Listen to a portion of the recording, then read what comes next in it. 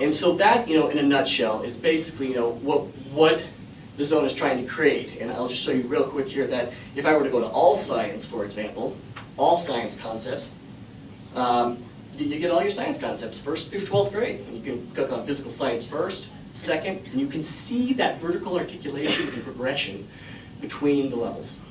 And so, and the last thing that I would say is, and this takes some deep level discussion with our teachers, and I think it takes some deep level discussion philosophically, but this is intended for, in a certain level, I'm trying to go back to the homepage, for 3 groups of people. I mean, really students as well, but this is for administrators, teachers, and for our community.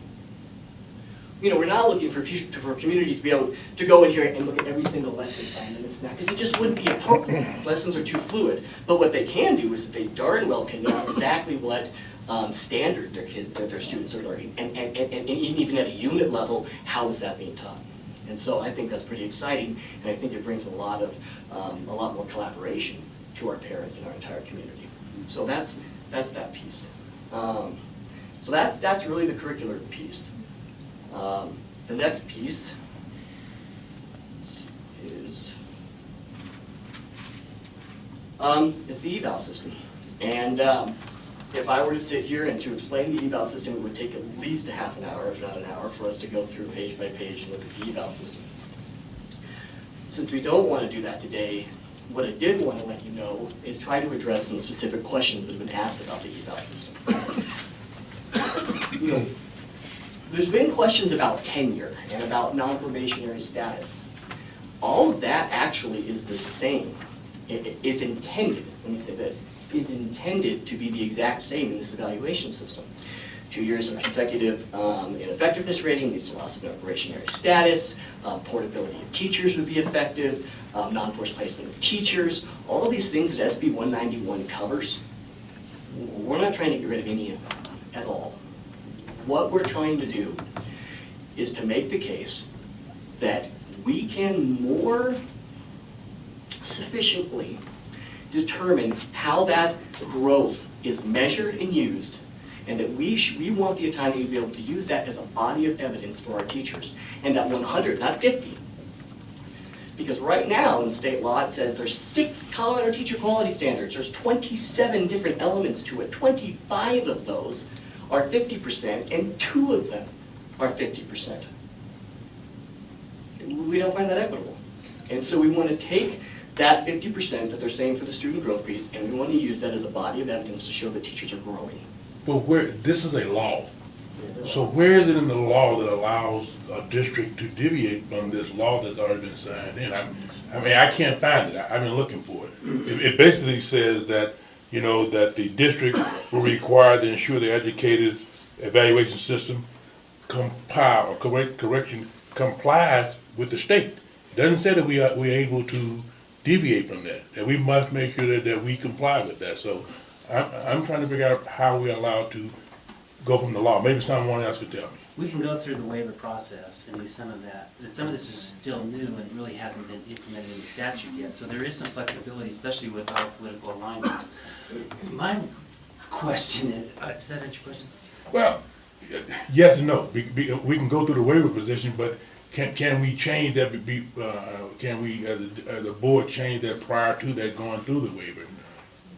Well, we can present the innovative plan up to the district, approve it, go up to the state, and then see how they land on it.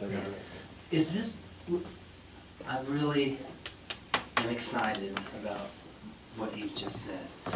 On those, because one of my major concerns is, and I think most people's major concern is that there's no data that says this test represents yada yada yada, and this evaluation represents this outcome. So so what you're hoping to do, I guess this is the question, what you're hoping to do by mixing up the associations of those 27 items is to identify which one of those are actually matter in the development of the children, and which one of those are actually should be a viable metric, and what the percentages of those metrics should be. Is that what you're hoping to do by this?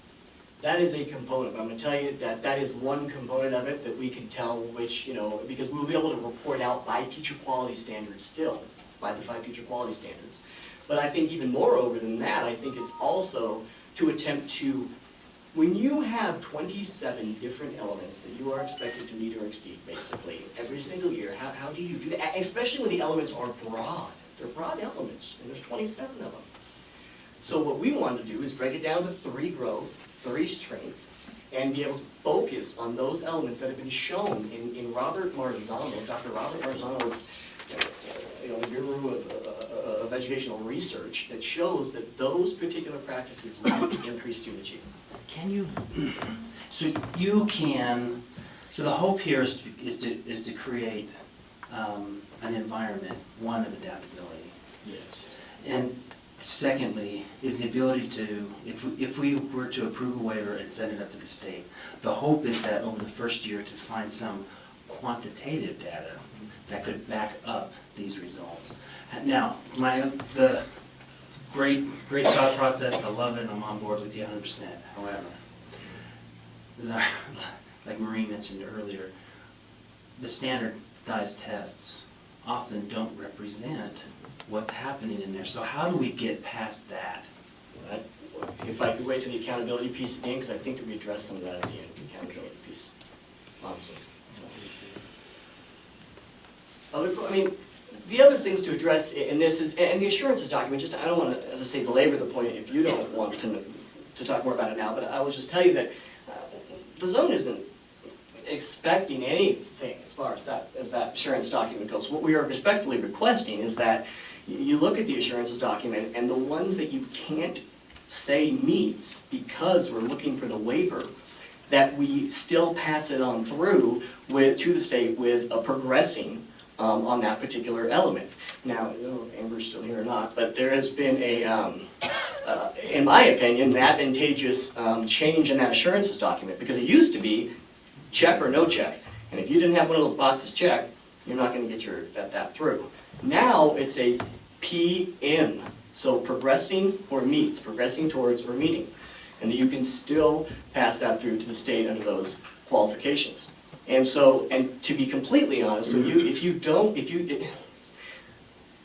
you pass it through and the state says no, you need to be in the same boat. Your 235 licensed teachers need to be in the same boat as the other 176 school districts in the state. Then, okay, it will be very disappointing and disheartening to our community, but we're going to do it. And we're going to add that to it, and we're going to move forward. And we will not be behind any other district or any other zone that I am aware of in doing that. So